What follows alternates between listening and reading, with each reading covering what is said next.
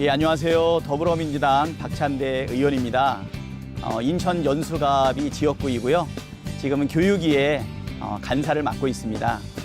또 한편으로는 7정조위원장을 맡아서 교육위 그리고 문체위, 여가위의 정책 이슈들에 대해서 사전에 조율하는 역할을 맡고 있습니다. 반갑습니다.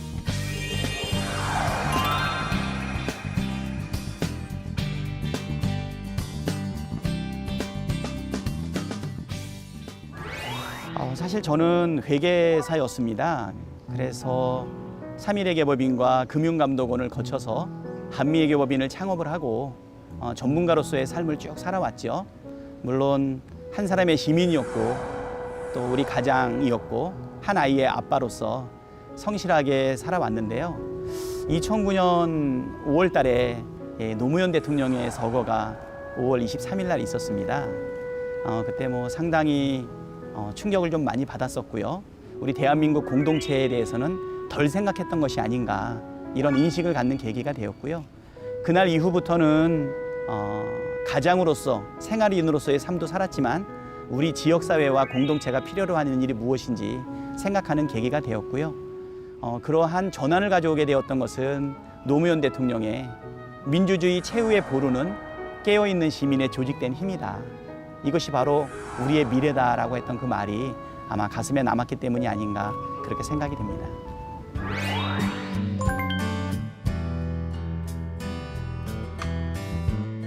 하나는 개천의 미꾸라지였죠. 제가 태어나고 자란 곳은 인천의 용현동이라고 하는 아주 작은 마을입니다. 부모님이 저한테는 재능은 물려주셨지만 사실 넉넉함은 물려주지 못했기 때문에 그렇게 남들보다 비범하지 않고 남들보다 좋은 환경에 있지는 않았는데 저는 그 개천 안에서 열심히 돌아다니는 미꾸라지처럼 주어진 환경에 나름 순응을 하면서 적극적으로 살았던 것 같아요. 개천 안의 미꾸라지가 어느 날은 그 마음이 이끄는 대로 열정이 이끄는 대로 살다 보니까 대한민국의 사실 공동체의 문제를 해결하기 위해서 노력하는 의원이 된 것이 아닌가 이렇게 생각이 되어서 저를 표현할 수 있는 말은 용기 있는 개천의 미꾸라지 아닌가 이렇게 생각이 됩니다. 저에게 가치관을 가장 영향을 미쳤던 부분은 아무래도 이제 기독교 신앙이 아니었나 이렇게 생각이 되어요. 중학교 2학년 때부터 교회를 다녔던 기억이 있는데 제가 진학했던 학교가 대건학교라고 하는 기독교, 좀 엄밀하게 얘기하면 가톨릭 학교죠. 거기서 이제 기독교 신앙을 접하게 되면서 그러면서 이 기독교 신앙 안에서 성장했는데 그 성장 과정에 있어서 저의 인격이라든가 가치관, 세계관에 큰 영향을 미쳤던 것이 아닌가. 나는 옳다고 생각하고 이게 공의롭고 정의롭다고 생각하지만 실제로 국민의 입장에서 아니면 좀 더 초월적인 입장에서 봤을 때 과연 그런 생각 안에 형제나 사랑이 있을까 이런 생각도 좀 하게 되는 것 같고요. 삶과 신앙 사이에 괴리가 있는 부분이 아닌가. 그럼에도 불구하고 이러한 모습이 위선이라든가 하는 모습이 아니고 그것을 계속 지향하고 추구할 필요가 분명하게 있다. 그 생각이 좀 듭니다. 그거는 함질함울이라고 표현해요. 함께 즐거워하고 함께 운다 이런 뜻이거든요. 결국은 제가 의정 활동할 때 즐거워하는 사람들하고 함께 즐거워하고 우는 사람들과 함께 울어주는 것이 바로 국민의 대표로서 이 자리에 서 있는 게 아닌가 좀 그 생각을 가지고 있고요.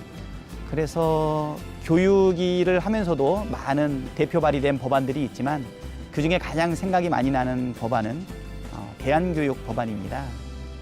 우리나라의 학교라고 하는 공교육 울타리에 있는 아이들만 학생으로 인정을 받고 있고요. 그 공교육 학교 울타리 밖에 있는 아이들은 학교 밖 청소년이라고 표현이 되고 있어요. 그 아이들이 다니는 대한교육 기관은 학교라고 명할 수도 없고 학생이라고도 받아들여지지 않고 있거든요. 30만 명쯤 되는 학교 밖 청소년들, 그 아이들을 위해서 그 아이들과 함께하고 포용하고 포용국가 대한민국, 포용교육 대한민국의 교육을 만들기 위한 노력이 필요하지 않나. 그게 저의 세 번째 키워드입니다.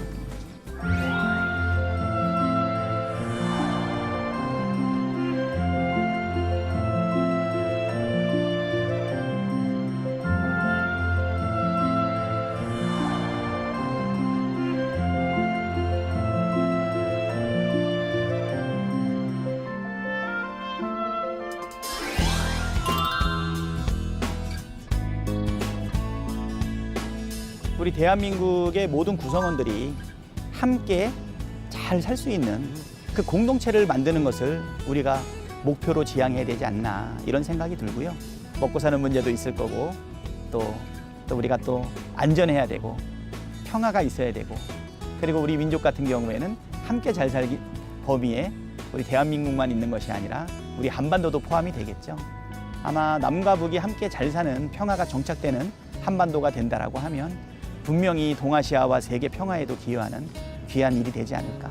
그 가장 강력한 수단은 대한민국의 정치이고 이 정치는 정치가가 도구로서 수단으로 사용되지만 바로 시민의 힘, 우리 대한민국의 정치의 수준보다 훨씬 높은 시민의 그 높은 수준으로 달성될 수 있다라고 하는 희망을 가지고 있습니다.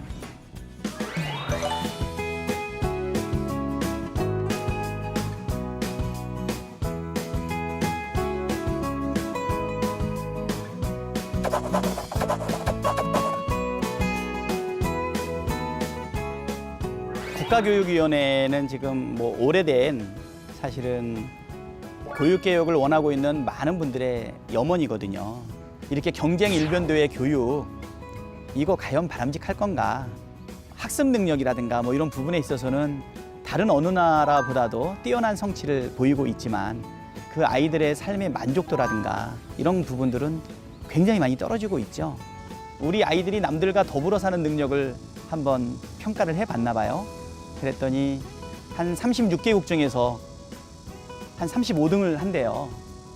그렇게 수학 능력 뛰어나고 경쟁에 잘 견뎌내고 정말 노력하고 하는 우리 아이들이 남들과 더불어 사는 능력은 세계에서 36개국을 심사를 해봤더니 35등인가를 한다는 거예요.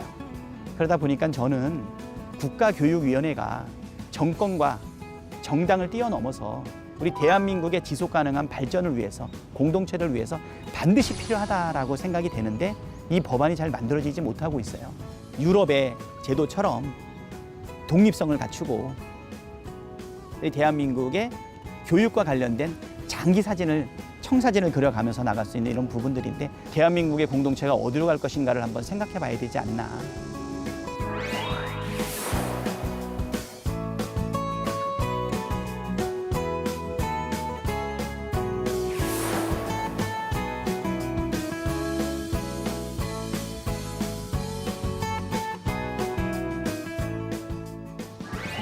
안녕, 4년 후에 박찬대.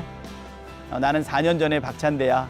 20대 국회 때는 4년 동안 일하는 모습을 보여주기 위해서 4년 동안 한 번도 본회의를 결석한 적이 없는데 4년 뒤에도 역시 21대에도 한 번도 결석하지 않고 본회의에서 열심히 일하는 모습을 국민들한테 보여주었으면 좋겠어.